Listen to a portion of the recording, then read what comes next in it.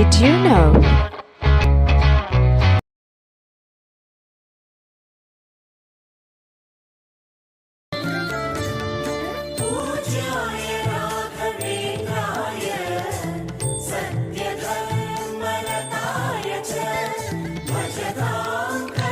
ನಿಮಗಿದು ಗೊತ್ತೇ?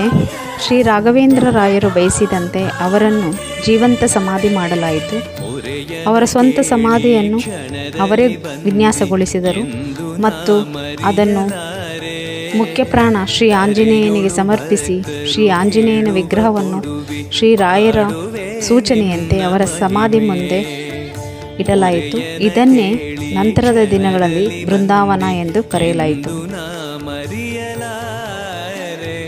ಧರೆಯೊಳು ಭಕ್ತರು ಕೇಳುವ ಕೊಡುವೆ, ಪಾಡುವೆ ನಿನ್ನ ಮಹಿಮೆ, ಭಜಿಸುವರ